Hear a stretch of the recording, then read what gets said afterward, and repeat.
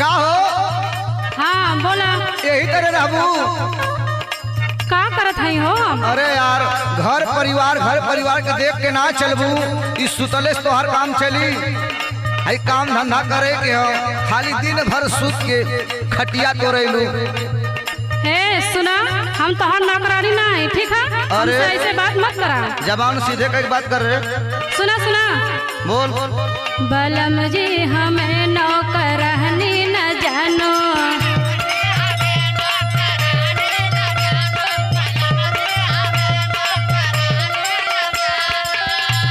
रहूंगी न दब कर मेरी बात मानो।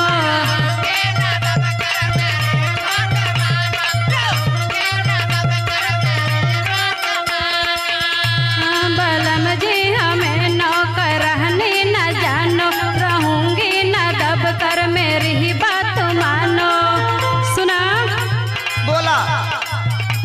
अरे भैया को अपने बुला लेंगे। तोहरे भैया के हम देखले हईला, तोहर भैया के तना बड़ा थुआ हो। सुना सुना। अरे भैया को अपने बुला लेंगे, तेरे पीठी का चममा छोड़ा लेंगे।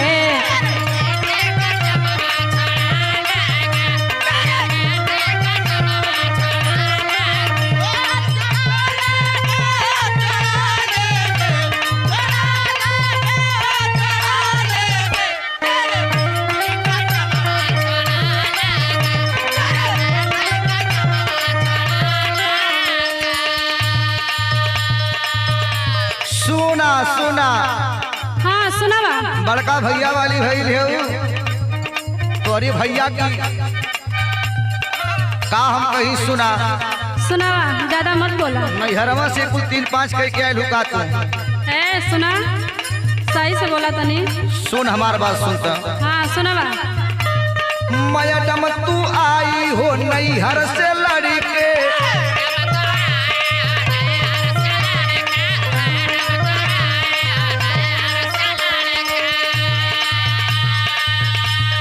रहने ना देंगे कपारे पर चढ़ी के। नैहर वाली सखिया ना चली। अरे अरे चुप रहा, चला। मैडम तू आई हो नैहर से लड़ी के, रहने ना देंगे कपारे पर चढ़ी के। सुनत हूँ? हाँ हाँ सुनत है, बोला। जवन नैहर में कैले हूँ तो ससुर में तोहर ना चली। अरे अरे पहले अपन देखा, बुझला? होश में बात कर हमसे। हाँ हाँ चला। लड़ने का तेरा मिजाज लगाता, लड़ने का तेरा मिजाज लगाता, बात करते मर्द से न लाज लगाता।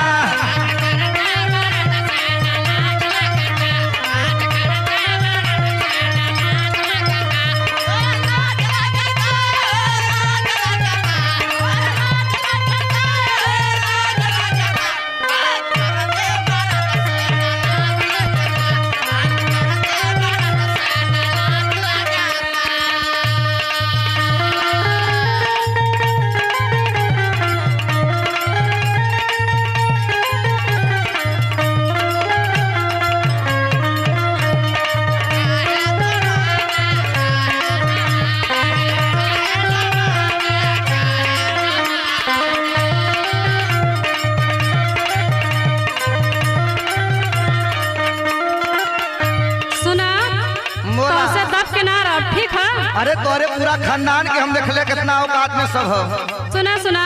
बोला। अभी जानत ना आवा। जानत हईला। बड़े घर की बेटी हूँ, आवाज करो नाराम।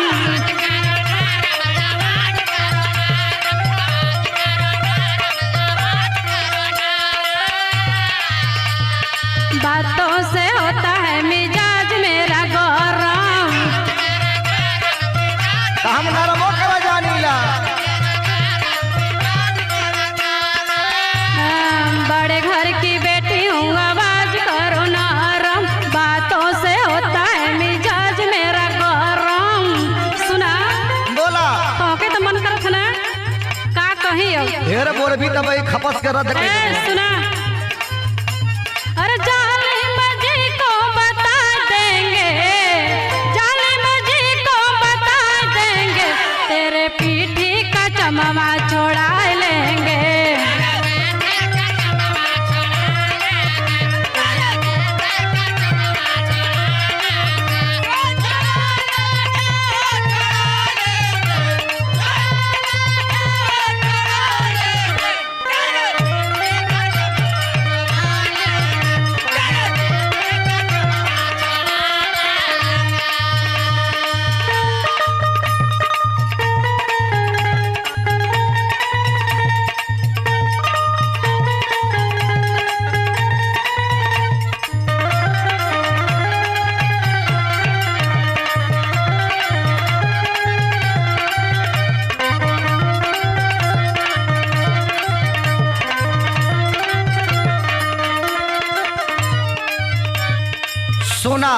तू अब हमरे बारे में जनवा ना कैलू।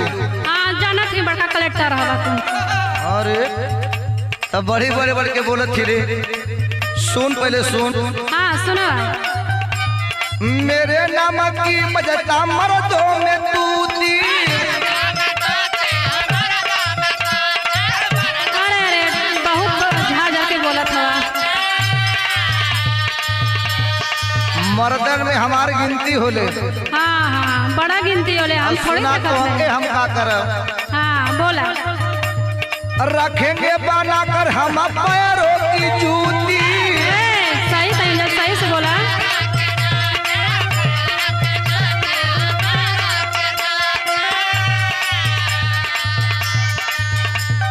मेरे नाम की मजता मर्दों में तूती। रखेंगे बना कर हम पैरों की जूती। सुनत हो ना। हाँ सुना। कपारे पे चढ़ा के ना रखत होते। अरे चला चला ना। सुना। हाँ सुनावा। जालिम निरंतर का राज लगाता। जालिम निरंतर का राज लगाता। बात करते मर्द से न लाज लगाता।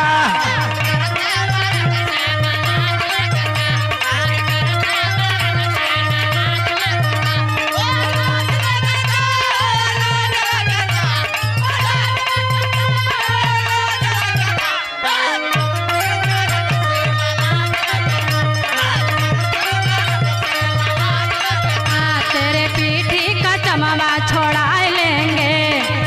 बात करते मर्द से न लाज लगाता। तेरे